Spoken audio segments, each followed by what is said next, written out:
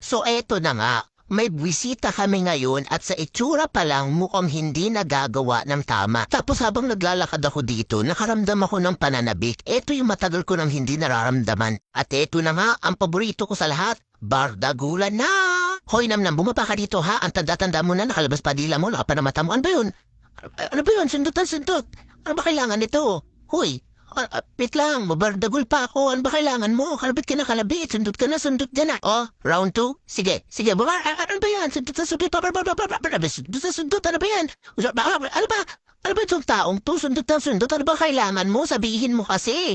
Sino ba kasi itong taong tumi? Papasok ko kasi ng papasok kung sino-sino yan napapala mo. Mainis ako dito, sundutin ko yung updo nito. Di ko na naiintindihan ang pangyayari dito. Ano ba to? Gusto nila magsabong kami tapos may tao namang kalabit na palabit dito sa akin. Ha, sundot.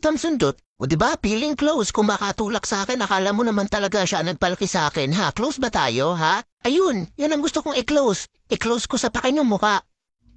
Paalisin mo na tong taong to. Sino ba to? Ha? Ano ba yan?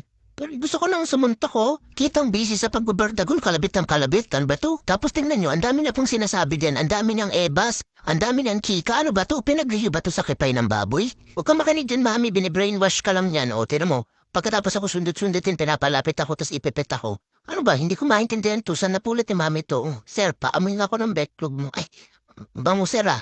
Parang trip ko yan, sir. Sige pa, imasin mo pa ako, sir. Paamoy, sir. Bango mo ah. Kiss mo ako, sir. Love you, sir. Uy, wag naman nandun, sir. Ay, kusundutin ko dyan. Wait. Wala sa focus si Tuti. Tapos ito, nananahimik ako dito. Tapos susundot na naman. Butasin mo na lang ang tagiliran ko. Nahiya ka pa. Butasin mo na. Wakwakin mo na. Kanina ka pa sundot eh, ha? Ha? Nanggigigil ako sa taong to. Siguro dati siyang sundot ko langot sa past life niya, no? Oh, tapos bubuhatin. Oh, anong pake ko dyan? Kung binuhat mo. Kakalibitin lang din mo ako ng taong to. Ha? Tapos makadistract mas dito? O, so to make the long story short, kakakalabit yung taong yun, ayan, naging masayahin na si Tuti. Ay, hindi ako to. Hindi ako ito. Pero in fairness dun sa kalabit ni Sarah, parang na-restart talaga yung mga brain cells ko. Pati yung brain cells ng dalawang bugok na to, ay, tinan mo, tahimik. Diba?